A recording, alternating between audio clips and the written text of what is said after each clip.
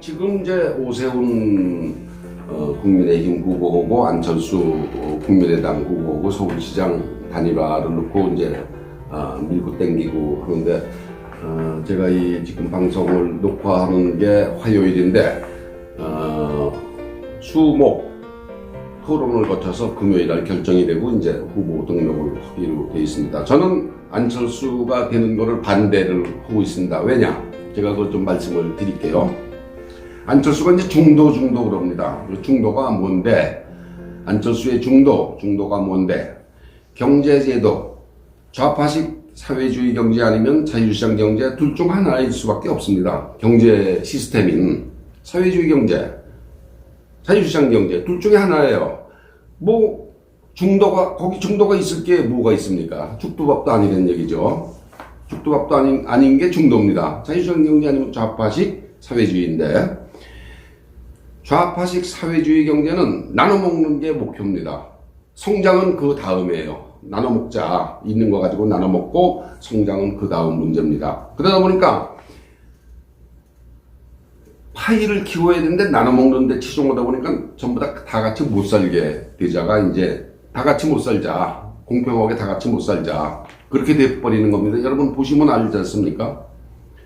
다 같이 못 사니까 배 아플 일이 없죠. 잘 사는 놈이 없으니까. 배 아플 일이 없죠. 이게 사회주의 경제의 맹점이고 현실입니다. 이거 쿠바, 베네수엘라 그런 남미 국가, 부탄, 세계에서 생활 만족도가 제일 높은 나라가 부탄이라고 합니다. 근데 얼마나 가난해요. 가난하니까 불평이 없는 거예요. 그냥 전부 다 못 사니까 불평이 없는 거예요. 그러니까 뭐 데모해서 뭐 이런 게 없습니다. 그런 나라 보면은. 그런데 이걸 나눠주자니까 어떻게 됩니까?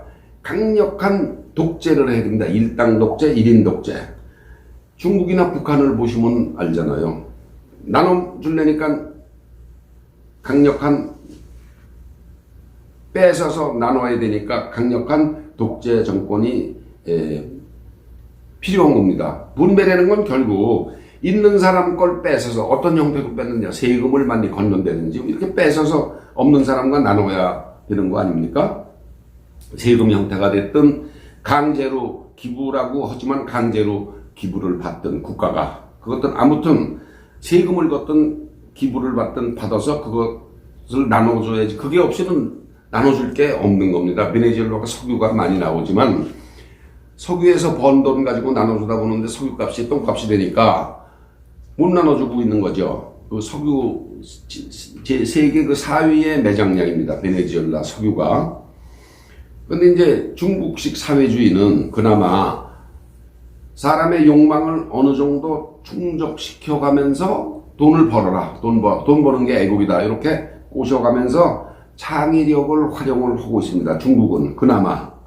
그럼 그게 이제 일종의 자본주의를 살짝 받아들인 거죠. 시장 자본주의를 살짝 받아들인 겁니다. 중국은. 그랬어도 그 기업의 실질적 소유권은 정부에 있습니다. 정부 말 한마디로 마윈 보십시오. 다 40일 동안 행방불명됐다가 나타나서 손들었잖아요. 마윈이. 돈 벌어라 하고 이렇게 뒷받침을 해주는 것 같지만 정부가 말 한마디로 소유권이 정부에 넘어가는 그런 상태가 중국식 자본주의입니다. 그러니까 돈 버는 기계로만 쓰는 거죠. 돈 벌어서 네 맘대로는 쓰지 말고 돈만 벌어서 세금만 잘 내라. 사람 고용 많이 해라. 이제 그런 겁니다. 북한은 어떻습니까? 북한은 모든 것을 국영회사, 국영공사를 통해서 집행을 하고 있어요. 회사가 뭐 이렇게 정부 기업에 참여해서 돈을 벌어서 직원들 주고 회사가 점점 커지고 이런 게 아닙니다. 북한은 모든 것을 국영회사, 국영을 통해서 집행하다 보니까 신발을 국민이 2,300만인데 신발을 한 해에 4,600만 켤레를 만들어라. 그러면 신발 품질이 좋든 나쁘든 4,600만 켤레 만들어내면 돼요. 사이즈가 어떻든 패션이 어떻든 절대로 보지 않고. 그러니까 중국 사람이나 북한 사람이 신는 구두나 운동화 꼴을 보십시오. 뭐 디자인이 있습니까? 뭐 하나도 없잖아요. 그러니까 민간의 욕망, 돈을 벌어서 내가 좀 잘 먹고 잘 살겠다. 20평짜리 살다 30평, 30평 살다 50평, 이런 돈 버는 욕망과 개인의 창의력을 무시를 하니까 맨날 경제가 경제 꼬라지가 맨날 그렇게 되고 있는 겁니다, 이게. 그런데 자유시장 경제가 결점이 많죠. 돈 있는 놈이 돈 버니까. 돈 있는데 돈이 모이게 돼 있지 않습니까?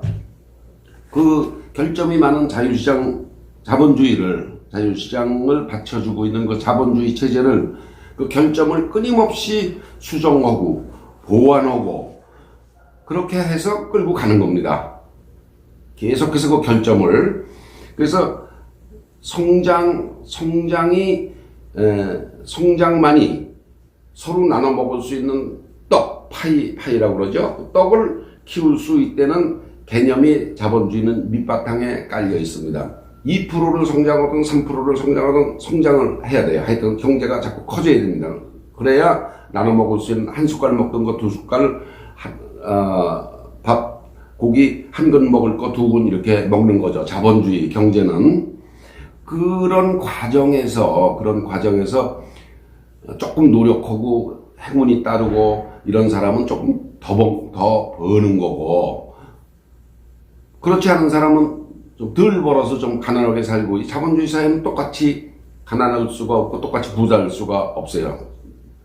못 살고 잘 살고가 있게 마련입니다, 인간사회에. 그런데 생각을 해보십시오. 자본주의고 뭐가 없던 그 시절, 옛날에 임금이 다스리던 시절에 성군이라고 그러셨으니까 아주 정치를 잘하고 착하고 백성의 어려움을 생각하는 성군. 뭐 굳이 하면 우리 세종대왕이 그렇다고 볼 수 있을까요?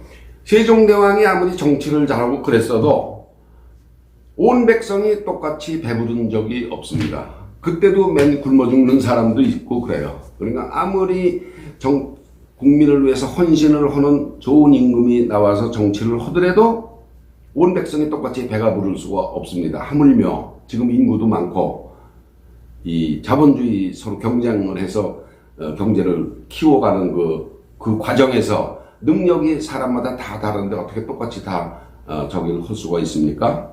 국가가 할 일은 똑같이 공정하게 경쟁을 할 수 있도록 바탕만 깔아주는 겁니다. 도둑질 못하게, 남의 거 뺏지 못하게, 그것만 국가는 관리를 하는 거예요. 근데 안철수는 중도 그러는데 그런 거를 설명을 해주는 게 하나도 없어요. 그냥 중도라고 그러는데 안철수의 중도는 뭔가 굉장히 궁금해요. 말로는 중도 그러는데 이게 도대체 그 개념이 무엇인지 아리송합니다, 이게. 그러니까 좌파식 사회주의 경제가 뭔지, 이 사람은 자유시장 경제의 원리가 뭔지 잘 분간을 못하고 있어요. 자기처럼 그걸 분간 못하는 국민들이 많지 않겠습니까? 5,300만 투표할 수 있는 사람이 3,500만 정도 되는데, 그 중에 제가 보기에 30%는 자유시장 경제가 뭐지? 들어보지도 못한. 사회주의 경제가 뭐지? 들어보지도 못한 거예요. 그러니까 아무것도 모르는 사람을 중도라고 그러는 거예요. 안철수가 아무것도 몰라요. 저는 확신합니다. 아무것도 저처럼 모르는 사람을 중도라고 그러고 있는 게 지금 안철수의 중도입니다. 그래서 안철수 같은 맹탕이 서울시장이 되면은 안 된다고 저는 확신을 합니다. 이틀 남았습니다. 누가 시장 후보가 될지 좀 지켜보죠.